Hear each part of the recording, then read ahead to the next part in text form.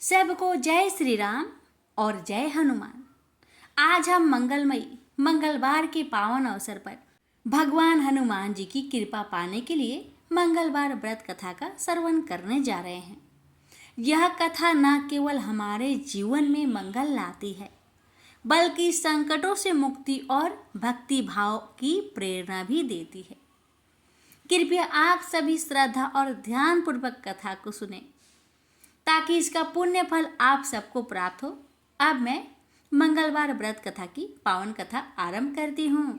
प्रेम से बोलिए ओम श्री हनुमते नमः। भक्तों, हनुमान जी की कहानी हर किसी के दिल को छू जाती है। यह सिर्फ एक वीर योद्धा की गाथा नहीं है, बल्कि निस्वार्थ भक्ति और समर्पण का अद्भुत उदाहरण भी है। क्या आप जानते हैं, जब श्री राम ने लंका पर विजय प्राप्त की और सीता माता को वापस ले आए, तब हनुमान जी ने अपनी सच्ची भक्ति का अनोखा प्रमाण दिया। एक बार माता सीता ने उन्हें मोती जरा हार उपहार में दिया। हनुमान जी ने उस हार को ध्यान से देखा और फिर उसे तोड़ तोड़ कर बारी बारी से हर मोती को देखने लगे। ये देखकर माता सीता ने पूछा, हनुमान, यह क्या कर रहे हो? सारे मोती की माले को तुम तोड़ दे रहे हो, क्यों? तब हनुमान जी ने बड़ी सरलता से उत्तर दिया, माँ, मैं देख रहा हूँ कि इनमें कहीं मेरे प्रभु श्री राम का नाम या उनकी छवि है या नहीं। अगर ऐसा नहीं है तो मेरे लिए इन मोतियों का कोई मूल्य नहीं है। हनुमान जी की इस उत्तर को सुनकर सब हैरान हो गए और माता सीता मुस्कुराते हुए पूछने लगी, क्या तुम्हारे हृदय में भी श्री राम है? तब हनुमान जी ने तुरंत अपने सीने को चीरकर दिखाया और उसमें श्री राम और माँ सीता की छवि को देखकर सबके आंसू बह निकले। हनुमान जी का यह समर्पण हमें सिखाता है कि सच्ची भक्ति सिर्फ पूजा अर्चना में नहीं, बल्कि अपने आराध्य को हृदय में अपनाने में है। प्रेम से बोलिए जय श्री राम। हे भक्तों, मर्यादा पुरुषोत्तम भगवान श्री राम के परम भक्त श्री हनुमान जी के बारे में तो सभी जानते हैं। ये भी जानते हैं कि दशरथ नंदन राम हनुमान के हृदय में बसते हैं। लेकिन क्या आपको यह पता है कि एक बार पवन सुत हनुमान राम जी से ही लड़ने पहुंच गए? हो सकता है भक्तों, ये कथा श्रवण करके आपको हैरानी होगी, लेकिन यह सत्य है और इस घटना का जिक्र श्री राम कथा में सुनने और पढ़ने को मिलता है। लेकिन इससे भी ज्यादा हैरान करने वाली बात यह है कि पवन सुत जब श्री राम से लड़ने के लिए तैयार हुए तो उन्होंने सौगंध भी मर्यादा पुरुष उत्तम की ही ली। तो आइए जानते हैं कि ऐसा क्या हुआ था कि श्री राम के परम भक्त पवन सुत को उनसे युद्ध करना पड़ा।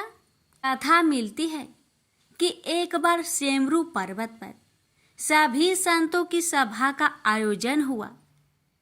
केवर्त देश के राज संकुत भी उसी सभा में सभी संतों का आशीर्वाद लेने जा रहे थे।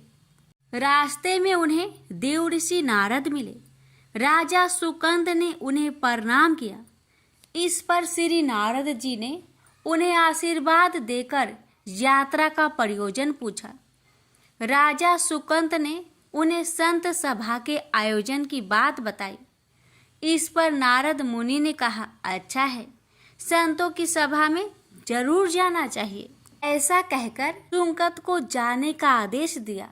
सुकंद जैसे ही सभा में जाने के लिए प्रस्थान करने लगे, तैसे ही नारद जी ने उन्हें आवाज दी। इसके बाद कहा कि जिस सभा में जा रहे हो उसमें सभी को प्रणाम करना, लेकिन ऋषि विश्वामित्र का अभिवादन बिल्कुल भी मत करना। इस पर सुकंद ने पूछा कि यह तो उचित नहीं है। तब श्री नारद जी ने कहा कि तुम भी राजा हो, वो भी पहले राजा ही थे, अब संत हो गए हैं, मत करना प्रणाम। राजा सुकंद ने किया भी ठीक वैसा ही। सभा के समाप्त होते ही विश्वामित्र जी श्री राम से मिलने पहुंचे। वहां पहुंचकर उन्होंने बताया कि उनका अपमान हुआ। वह इसे भूल भी जाते, लेकिन यह तो संत परंपरा का अपमान है। राम जी ने पूछा, गुरुजी क्या हुआ? तब विश्वामित्र जी ने कहा कि मेरा अपमान हुआ है। राम जी ने पूछा, किसने किया है? तब विश्वामित्र जी ने पूछा कि जानकर करोगे भी क्या? इस पर श्री राम जी ने कहा कि गुरुजी, आपके चरणों का सौगंध लेकर प्रतिज्ञा करता हूँ, जो सिर आपके चरणों में नहीं झुका है उसे काट दिया जाएगा। कल सुबह में उसका वध करूंगा। श्री राम की इस सौगंध का जैसे ही राजा सुकंद को पता चला, वह नारद मुनि को ढूंढने लगे। काफी देर तक वह परेशान रहे, लेकिन नारद मुनि उन्हें मिल ही नहीं रहे थे। व्याकुल होकर जब वह रोने लगे, तब नारद जी प्रकट हुए। सुकंद ने हाथ जोड़कर उन्हें सारी बात कह सुनाई, साथ ही प्राण दान की विनती की। इस पर नारद जी ने उन्हें माता अंजनी की शरण में जाने की सलाह दी। ये भी कहा कि अगर उन्होंने तुम्हें बचाने का वचन दे दिया तो तुम जरूर बच जाओगे, लेकिन यह भी कहा कि वह किसी को यह नहीं बताएंगे कि नारद जी ने उन्हें यह सलाह दी है। राजा सुकंद के रोने की आवाज सुनकर माता अंजनी बाहर पहुंची। तब उन्होंने कहा कि माता, मुझे बचा ले, अन्यथा विश्वामित्र जी मुझे मार डालेंगे। इस पर माता अंजनी ने सुकंद को उसके प्राण बचाने का वचन दिया। उन्होंने कहा कि तुम शरण में हो, तुम्हें कोई नहीं मार सकता। इसके बाद राजा सुकंद को विश्राम करने के लिए कहा। शाम ढले जब हनुमान जी माता अंजनी के पास पहुंचे तो उन्होंने सारी बात बताई, लेकिन सुकंद को बुलाने से पहले पवन सुत से सौगंध लेने को कहा। तब श्री हनुमान जी ने कहा कि वह श्री राम के चरणों की सौगंध लेते हैं कि वह सुकंद के प्राणों की रक्षा करेंगे। तब माता अंजनी ने राजा को बुलाया। हनुमान जी ने पूछा, कौन तुम्हें मारना चाहता है? तब सुकंद ने बताया कि श्री राम उन्हें मार डालेंगे। इतना सुनते ही माता अंजनी हैरान रह गई। उन्होंने कहा कि तुमने तो विश्वामित्र जी का नाम लिया था। तब राजा ने कहा कि नहीं, वो तो मरवा डालना चाहते हैं, लेकिन मारेंगे तो राम ही। हनुमान जी ने राजा सुकंद को उनकी राजधानी में छोड़ा और श्री राम के दरबार में पहुंचे। वहां पहुंचकर उन्होंने राम जी से पूछा कि वह कहाँ जा रहे हैं। तब मर्यादा पुरुषोत्तम ने बताया कि वह राजा सुकंद का वध करने जा रहे हैं। तब हनुमान जी ने कहा, प्रभु उसे मत मारिए। राम जी ने कहा कि वह तो अपने गुरु की सौगंध ले चुके हैं, अब पीछे नहीं हट सकते। हनुमान जी ने कहा, प्रभु मैंने उसके प्राणों की रक्षा के लिए अपने इष्ट देव यानी कि आपकी सौगंध ली है। तब राम जी कहते हैं, ठीक है, तुम अपना वचन निभाओ, मैं तो उसे मारूंगा। हनुमान जी राजा सुकंद को लेकर पर्वत पर पहुंचे और राम नाम का कीर्तन करने लगे। उधर राम जी राजा सुकंद को मारने के लिए उनकी राजधानी पहुंचे, लेकिन वह नहीं मिले। तो वह उन्हें ढूंढते हुए पर्वत पर पहुंचे। वहां हनुमान राम मंत्र का जप कर रहे थे।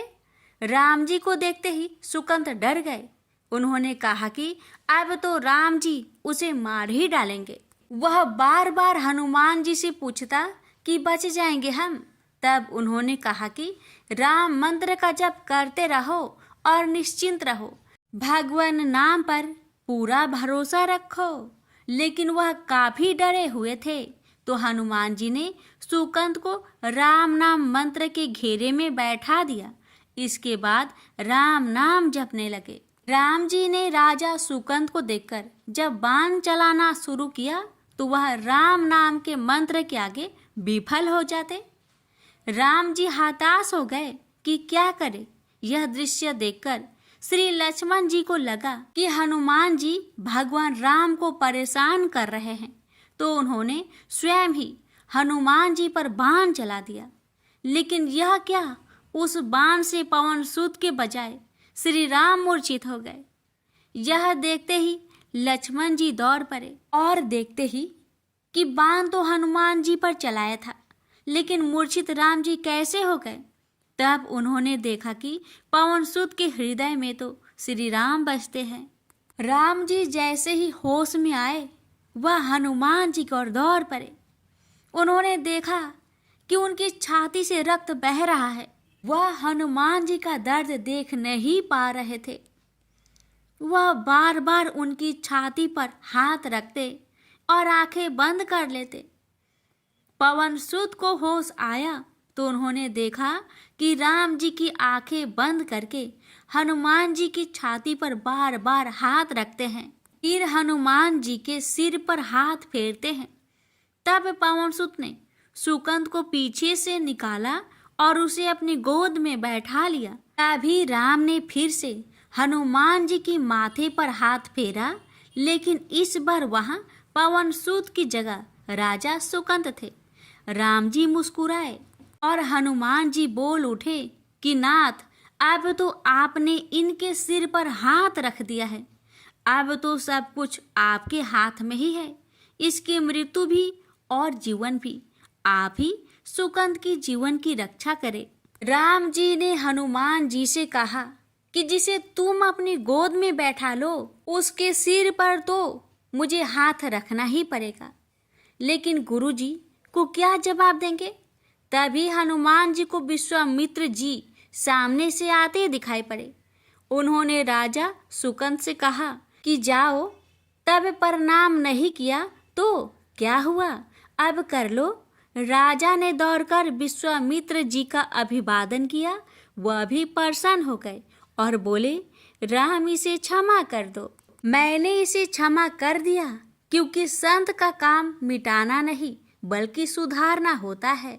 यह भी सुधर गया है। उन्होंने सुकंद से पूछा कि संत का सम्मान न करने की सलाह तुम्हें किस कुसंग में मिली? राजा सुकंद विश्वामित्र जी से कुछ कहते कि इससे पहले नारद मुनि प्रकट हो गए। उन्होंने सारी घटना कह सुनाई। तब विश्वामित्र जी ने पूछा कि नारद, तुमने ऐसी सलाह क्यों दी? तब नारद जी ने कहा, अक्सर ही लोग मुझसे पूछते थे कि राम बरे या राम का नाम बरा, तो मैंने सोचा कि क्यों न कोई लीला हो जाए कि लोग अपने आप ही समझ ले कि भगवान से अधिक भगवान के नाम की ही महिमा है। प्रेम से बोलिए जय श्री राम। सीता मैया की जय। पवन पुत्र हनुमान की जय। हनुमान जी और उनके पुत्र मकरध्वज की कथा। पवन पुत्र हनुमान बाल ब्रह्मचारी थे, लेकिन मकरध्वज को उनका पुत्र कहा जाता है। यह कथा उसी मकरध्वज की है। वाल्मीकि रामायण के अनुसार लंका जलाते समय आग की तापिश के कारण हनुमान जी को बहुत पसीना आ रहा था।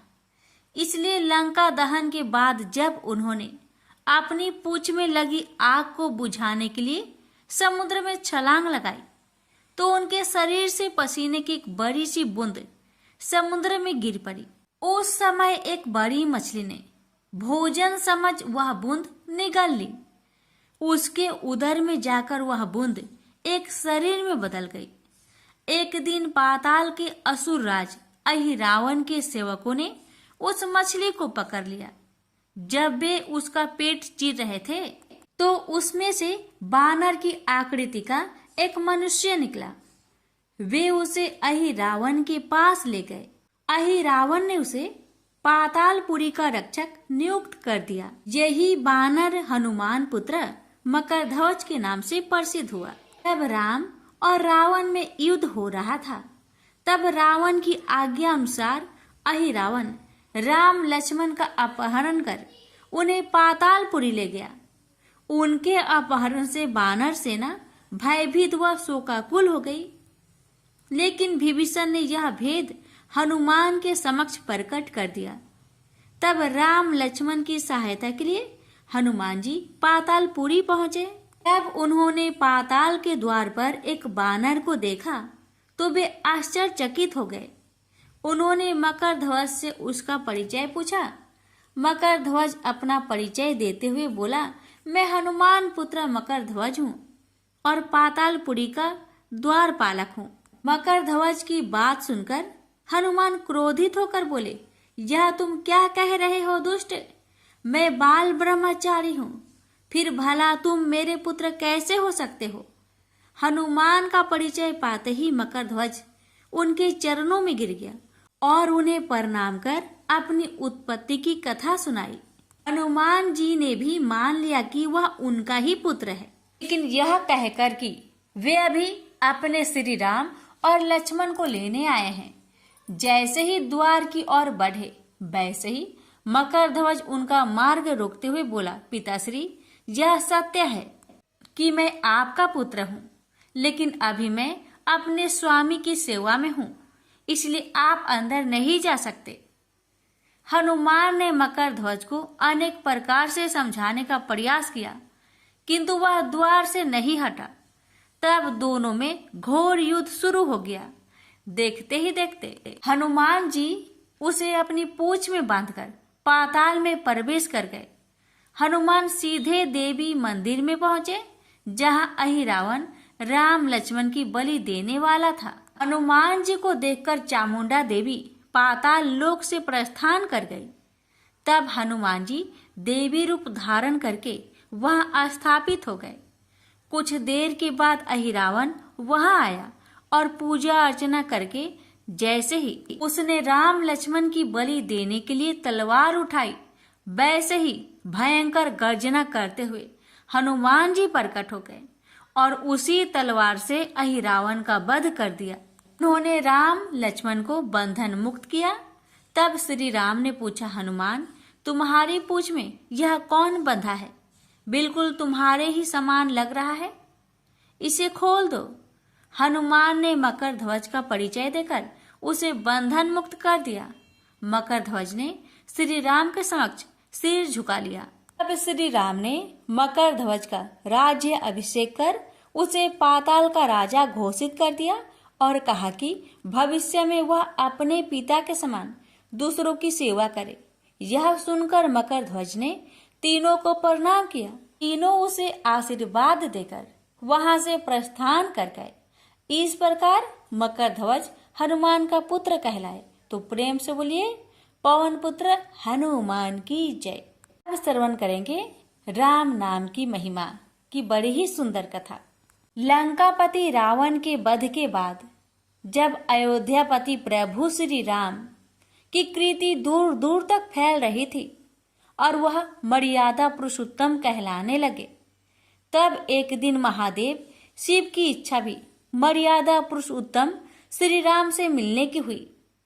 पार्वती को संग लेकर महादेव कैलाश पर्वत उतरकर अयोध्या नगरी के रास्ते चल पड़े। भगवान शिव और माँ पार्वती को अयोध्या आया देखकर राम जी बहुत खुश हुए। माता जानकी ने उनका उचित आदर सत्कार किया और स्वयं भोजन बनाने के लिए रसोई में चली गई। इस बीच भगवान शिव ने श्री राम जी से पूछा, आपके सेवक हनुमान जी दिखाई नहीं पड़ रहे हैं? श्री राम बोले, वे बगीचे में हैं। शिव जी ने श्री राम जी से बगीचे में जाने की अनुमति मांगी और पार्वती जी का हाथ थामकर बगीचे में आ गए। बगीचे की खूबसूरती देखकर उनका मन मोहित हो गया। आम के एक घने वृक्ष के नीचे हनुमान जी दीन दुनिया से बेखबर गहरी नींद में सोए थे और एक लय में खराटे से राम नाम की ध्वनि उठ रही थी। चकित होकर शिव जी और माता पार्वती एक दूसरे की ओर देखने लगे। माता पार्वती मुस्कुरा उठी और वृक्ष की डालियों की ओर इशारा किया। राम नाम सुनकर पेड़ की डालियां भी झूमने लगी थी और इनके बीच से भी राम नाम उच्चारित हो रहा था। शिव जी इस राम नाम की धुन में मस्त मगन होकर खुद भी राम राम कहकर नाचने लगे। माता पार्वती जी ने भी अपने पति का अनुसरण किया और अपने कोमल पैर थिरकाने लगी।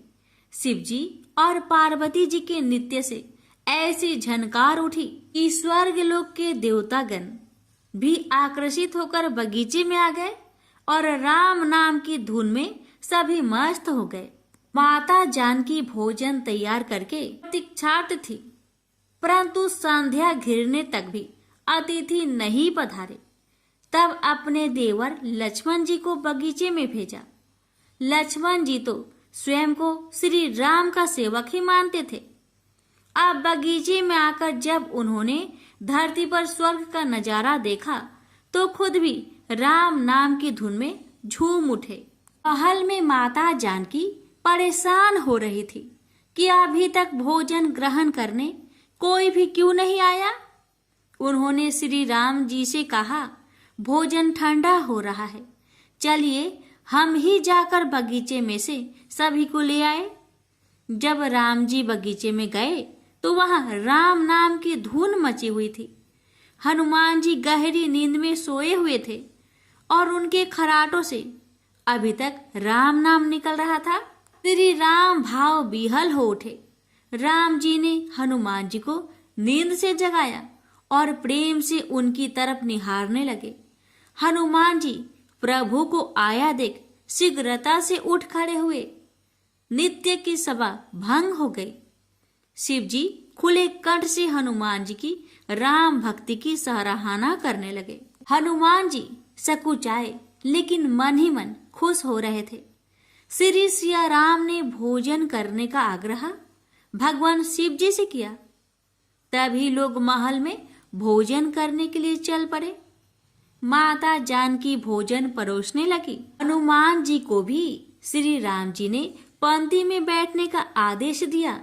हनुमान जी बैठ तो गए, परंतु आदत ऐसी थी कि राम जी के भोजन करने के उपरांत ही सभी लोग भोजन करते थे। आज श्री राम के आदेश से पहले भोजन करना पड़ रहा था। माता जानकी हनुमान जी को भोजन परोसती जा रही थी, पर हनुमान जी का पेट ही नहीं भर रहा था। सीता जी कुछ समय तक तो उन्हें भोजन परोसती रही, फिर समझ गई इस तरह से हनुमान जी का पेट नहीं भरेगा। उन्होंने तुलसी के एक पत्ते पर राम नाम लिखा और भोजन के साथ हनुमान जी को परोस दिया। तुलसी पत्र खाते ही हनुमान जी को संतुष्टि मिली और वह भोजन खाकर उठ खड़े हुए। भगवान शिव शंकर ने प्रसन्न होकर हनुमान जी को आशीर्वाद दिया कि आपकी राम भक्ति युगों युगों तक याद की जाएगी और आप संकट मोचन कहलाएंगे। प्रेम से बोलिए सिया रामचंद्र की जय। हर हर महादेव। माता पार्वती की जय। हनुमान जी की जय। व्यास जी ने कहा, एक बार नैमिषारण्य तीर्थ में 80,000 मुनि एकत्र होकर पुराणों के ज्ञाता श्री सूत जी से पूछने लगे, हे महामुने, आपने हमें अनेक पुराणों की कथाएं सुनाई हैं।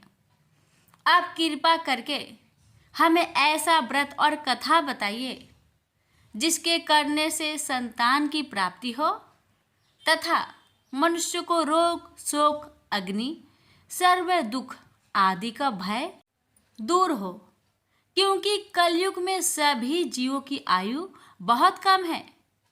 फिर इस पर उन्हें रोग चिंता के कष्ट लगे रहेंगे तो फिर वह श्री हरि के चरणों में अपना ध्यान कैसे लगा सकेंगे।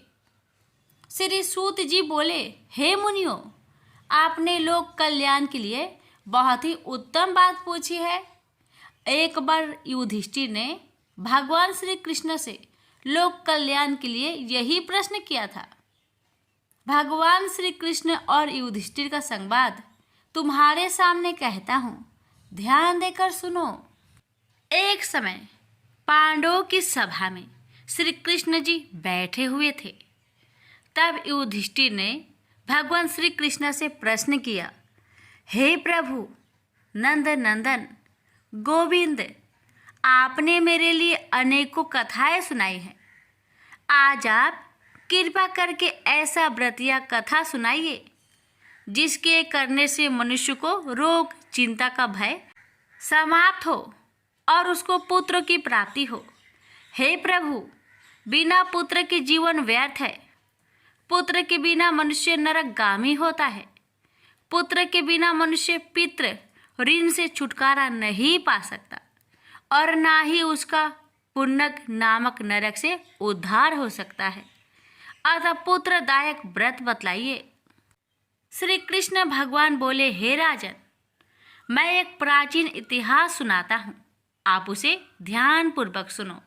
कुंडलपुर नामक एक नगर था। उसमें नंदा नामक एक ब्राह्मण रहता था। भगवान की कृपा से उसके पास सब कुछ था, फिर भी वह दुखी था। उसका कारण यह था कि ब्राह्मण की स्त्री सुनंदा की कोई संतान न थे। सुनंदा पतिव्रता थी, भक्तिपूर्वक श्री हनुमान जी की आराधना करती थी। मंगलवार के दिन व्रत करके अंत में भोजन बनाकर हनुमान जी का भोग लगाने के बाद स्वयं भोजन करती थी। एक बार मंगलवार के दिन ब्राह्मणी गृह कार्य की अधिकता के कारण हनुमान जी को भोग ना लगा सके, तो इस पर उसे बहुत दुख हुआ। उसने कुछ भी नहीं खाया और अपने मन में प्रण किया कि अब तो अगले मंगलवार को ही हनुमान जी का भोग लगाकर अन्न जल ग्रहण करूंगी। ब्राह्मणी सुनंदा प्रतिदिन भोजन बनाती, श्रद्धापूर्वक पति को खिलाती, परंतु स्वयं भोजन नहीं करती और मन ही मन श्री हनुमान जी की आराधना करती। इसी प्रकार 6 दिन गुजर गए और ब्राह्मणी सुनंदा अपने निश्चय के अनुसार भूखी प्यासी निराहार रही। अगले मंगलवार को ब्राह्मणी सुनंदा प्रातः काल ही बेहोश होकर गिर पड़ी।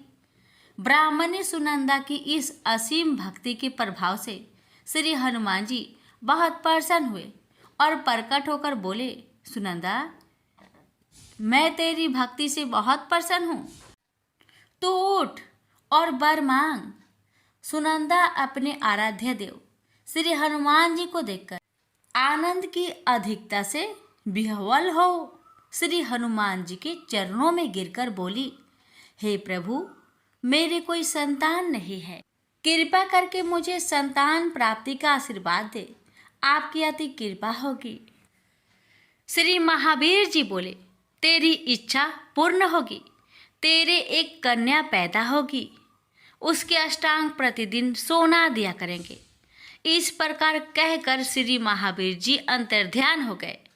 ब्राह्मणी सुनंदा बहुत हर्षित हुई और सभी समाचार अपने पति से कहा। ब्राह्मण देव कन्या का वरदान सुनकर कुछ दुखी हुआ, परंतु सोना मिलने की बात सुनी तो बहुत प्रसन्न हुआ। विचार किया कि ऐसी कन्या के साथ मेरी निर्धनता भी समाप्त हो जाएगी। श्री हनुमान जी की कृपा से वह ब्राह्मणी गर्भवती हुई और 10वें महीने में उसे बहुत ही सुंदर पुत्री प्राप्त हुई।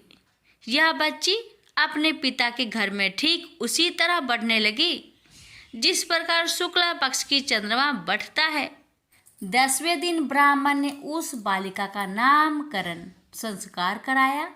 उसके कुल पुरोहित ने उस बालिका का नाम रत्नावली रखा, क्योंकि यह कन्या सोना प्रदान किया करती थी। इस कन्या ने पूर्व जन्म में बड़े ही विधान से मंगल देव का व्रत किया था। रत्नावली का अष्टांग बहुत सा सोना देता था। उस सोने से नंदा ब्राह्मण बहुत ही धनवान हो गया। अब ब्राह्मणी भी बहुत अभिमानी करने लगी। समय बीतता रहा। अब रत्नावली 10 वर्ष की हो चुकी। एक दिन जब नंदा ब्राह्मण प्रसन्नचित्त था, तब सुनंदा ने अपने पति से कहा, मेरी पुत्री रत्नावली विवाह के योग हो गई है, अतः आप कोई सुंदर तथा योग वर देकर इसका विवाह कर दे। यह सुन ब्राह्मण बोला, अभी तो रत्नावली बहुत छोटी है। तब ब्राह्मणी बोली, शास्त्रों की आज्ञा है कि कन्या 8वें वर्ष में गौरी, 9 वर्ष में रोहिणी, 10वें वर्ष में कन्या, इसके पश्चात रजवाला हो जाती है। गौरी के दान से पाताल लोक की प्राप्ति होती है। रोहिणी के दान से वैकुंठ लोक की प्राप्ति होती है। कन्या के दान से इंद्रलोक में सुखों की प्राप्ति होती है। अगर हे पतिदेव रजवाला का दान किया जाता है तो घोर नरक की प्राप्ति होती है। इस पर ब्राह्मण बोला, अभी तो रत्नावली मात्र 10 ही वर्ष की है और मैंने तो 16-16 साल की कन्याओं का विवाह कराए हैं, अभी जल्दी क्या है। तब ब्राह्मण सुनंदा बोली, आपको तो लोभ अधिक हो गया है। शास्त्रों में कहा गया है कि माता पिता और बड़ा भाई रजवाला कन्या को देखते हैं तो वह अवश्य नरकगामी होते हैं। तब ब्राह्मण बोला, अच्छी बात है, कल मैं अवश्य ही योग वर की तलाश में अपना दूत भेजूंगा। दूसरे दिन ब्राह्मण ने अपने दूत को बुलाया और आज्ञा दी कि जैसी सुंदर मेरी कन्या है वैसा ही सुंदर वर उसके लिए तलाश करो। दूत अपने स्वामी की आज्ञा पाकर निकल पड़ा। पंपई नगर में उसने एक सुंदर लड़के को देखा। यह बालक एक ब्राह्मण परिवार का बहुत गुणवान पुत्र था। इसका नाम सोमेश्वर था। दूत ने इस सुंदर व गुणवान ब्राह्मण पुत्र के बारे में अपने स्वामी को पूर्ण विवरण दिया।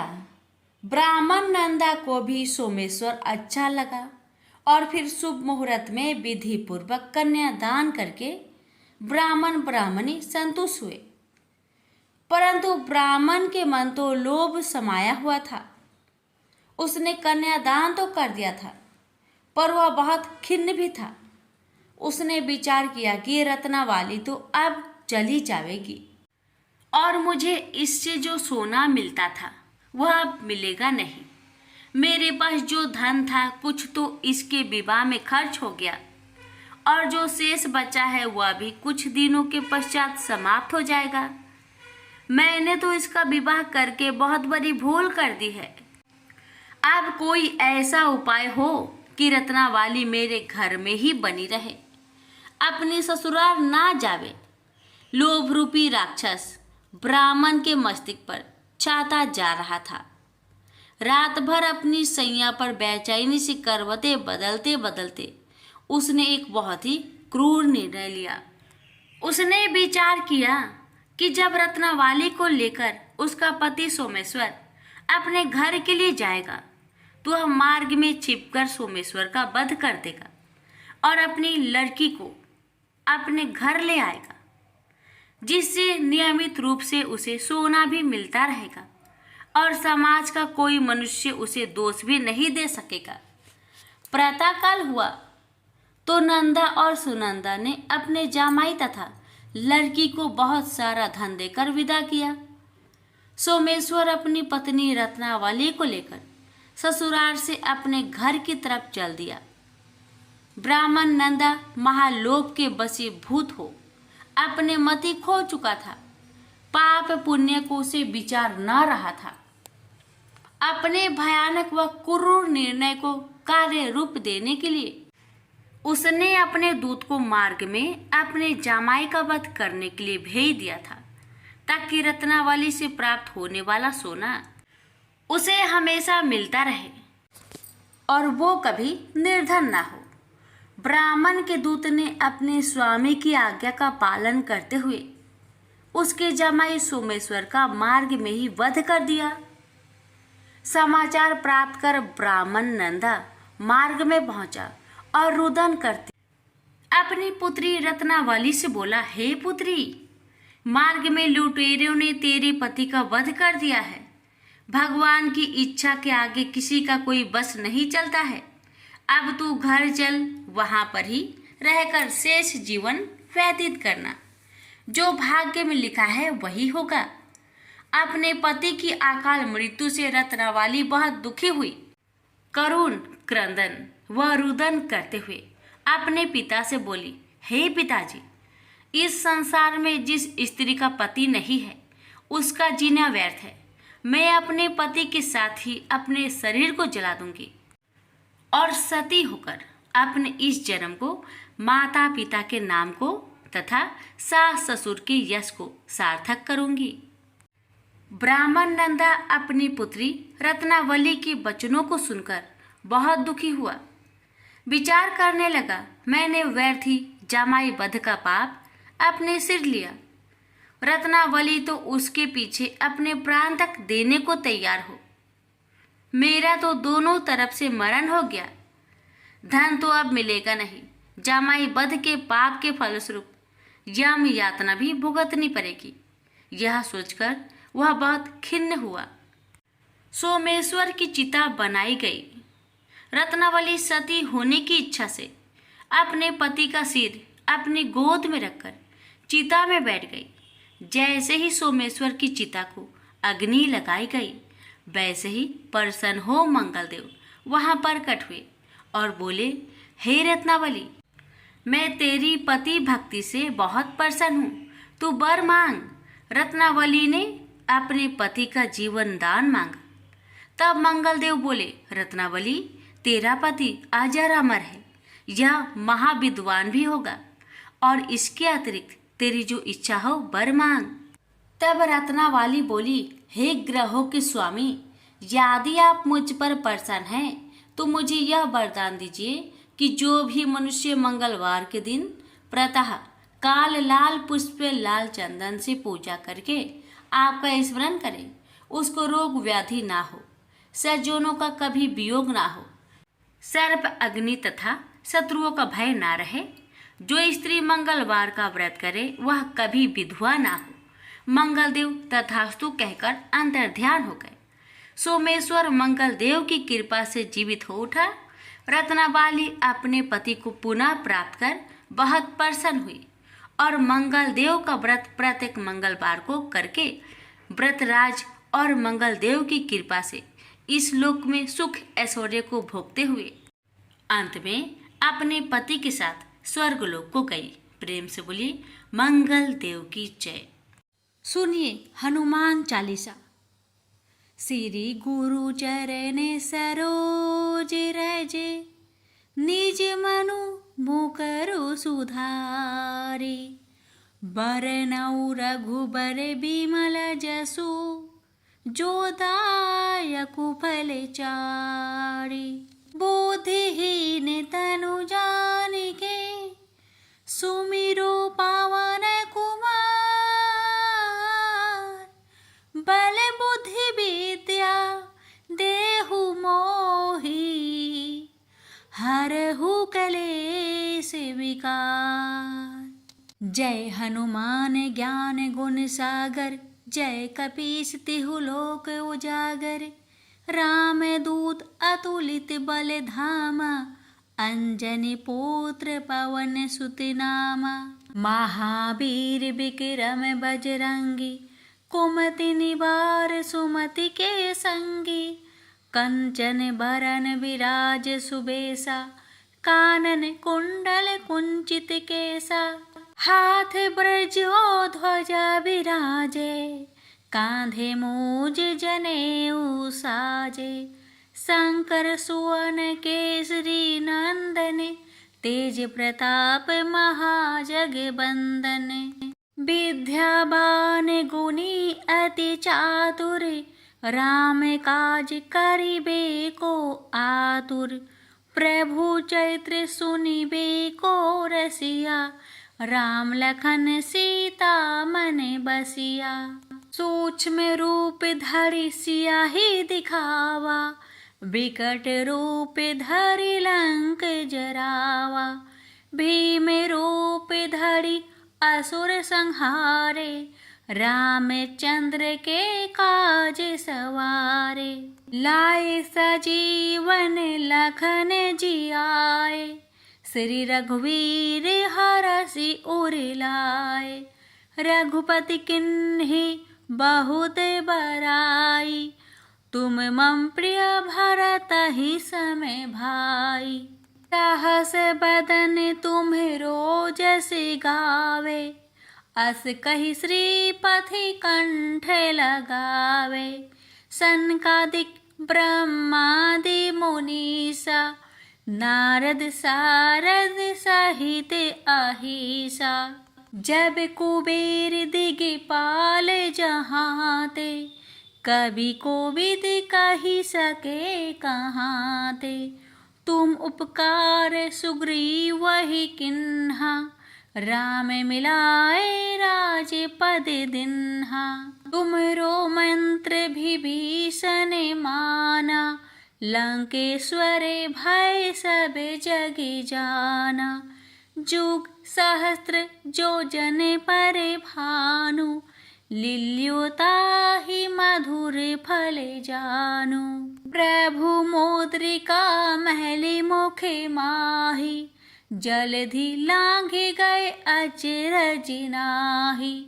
दुर्गम काज जगत के जेते, सुगम अनुग्रह तुम रे तेते। राम दुआरे तुम रखवारे, होत न आज्ञा बिनु पैसारे। सब सुख लाहे तुम्हारी सरना, तुम रक्षक काहू को डरेना। आपन तेज सम्हारो आपे, तीनों लोक हाकते कापे। भूत पिचास निकट नहीं आवे, महावीर जब नाम सुनावे। नासै रोग हरे सब पीरा, जपत निरंतर हनुमत बीरा। संकट ते हनुमान छुड़ावे, मन क्रम वचन ध्यान जो लावे। सब पर राम तपस्वी राजा, तिनके काज सकल तुम साजा।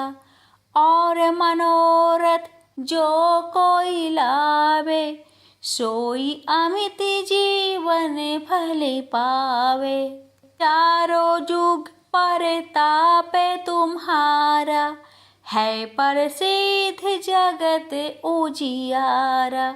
साधु संत के तुम रखवारे, असुर निकंदन राम दुलारे। अष्ट सिद्धि नौ निधि के दाता, असबर दीन जानकी माता। राम रसायन तुम्हारे पासा, सदा रहो रघुपति के दासा। तुम्हारे भजन राम को पावे, जन्म जन्म के दुख बिसरावे। अंत काल रघुबर पुर जाई, जहाँ जन्म हरि भक्त कहाई। और देवता चितना धराई, हनुमत सेवी सर्व सुख कराई। संकट कटे मिटे सब पीरा, जो सुमिरे हनुमत बलबीरा। जय जय जय हनुमान गोसाई, कृपा करहु गुरुदेवी की नाई। जो सत बार पाठ करे कोई, छूट ही बंदी महासुख होई। जो यह पढ़े हनुमान चालीसा, होई सिद्धि साखी गौरीसा। तुलसीदास सदा हरि चेरा, की जयनाथ हृदय महडेरा। पवन तनया संकट हरन, मंगल मूर्ति रूप। राम लखन सीता सहित, हृदय बसहु सुर भूप। प्रेम से बोलिए महावीर जी की जय। मंगलवार आरती। आरती की जय हनुमान लला की, दुष्ट दलन रघुनाथ कला की। जाके बल से गिरिवर कापे, रोग दोष जाके निकट न झाके। अंजनी पुत्र महाबलदाई, संतन के प्रभु सदा सहाय। देवीरा रघुनाथ पठाए, लंका जारी सिया सुधिलाए। लंका सौकट समुद्र सिखाई, जाते पवन सुते बार न लाई। लंका जारी असुर संग हारे, सिया राम जी के काज सवारे। लक्ष्मण मोरे चिति परे सकारे, आनी सजीवन प्राण उबारे। पैठी पाताल तोरी जमकारे, अहि रावण की भुजा उखारे। बाएं भुजा असुरी दल मारे, दाहिने भुजा सती जन तारे। सुर नर मुनि जन आरती उतारे, जय जय जय हनुमान उचारे। कंचन थार कपूर लो छाई, आरती कारत अंजना माई। लंक विध्वंस किन्हीं रघुराई, तुलसीदास प्रभु कीर्ति गाई। जो हनुमान जी की आरती गावे, बसी बैकुंठ परम पद पावे। आरती की जय हनुमान लला की, दुष्ट दल ने रघुनाथ कला की। आरती की जय हनुमान लला की, दुष्ट दल ने रघुनाथ कला की। प्रेम से बोलिए पवन पुत्र हनुमान की जय। मंगल देव की जय।